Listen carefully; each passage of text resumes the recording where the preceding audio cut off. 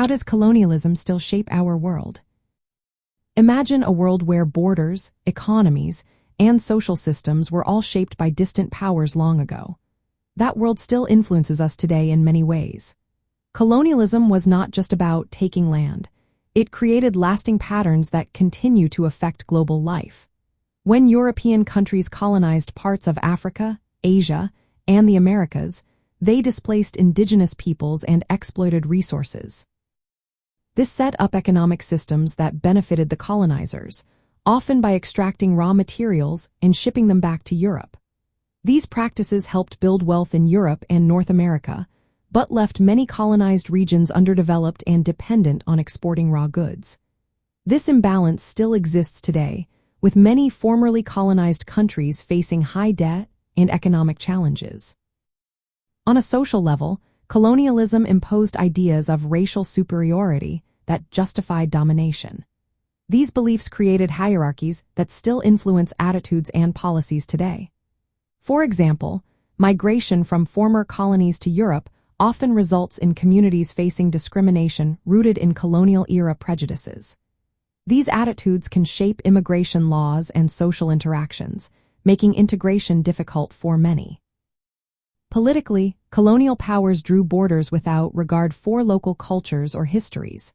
Many post-colonial states inherited these arbitrary boundaries, which sometimes led to conflicts and instability.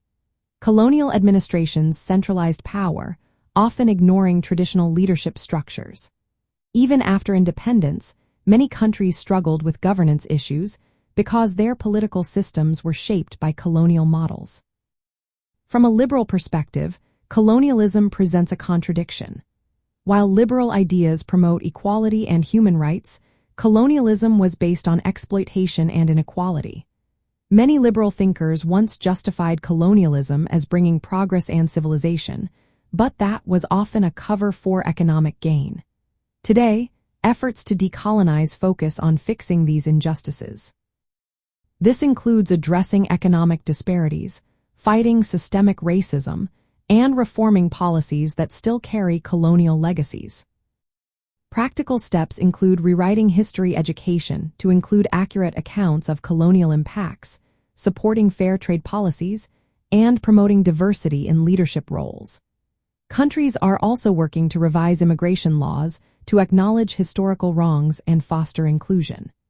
International cooperation that respects the sovereignty of formerly colonized nations is key to creating a more equitable world. In the end, colonialism's influence is woven into the fabric of our societies, economies, and politics. Recognizing and addressing these effects is essential for building a future rooted in justice and fairness.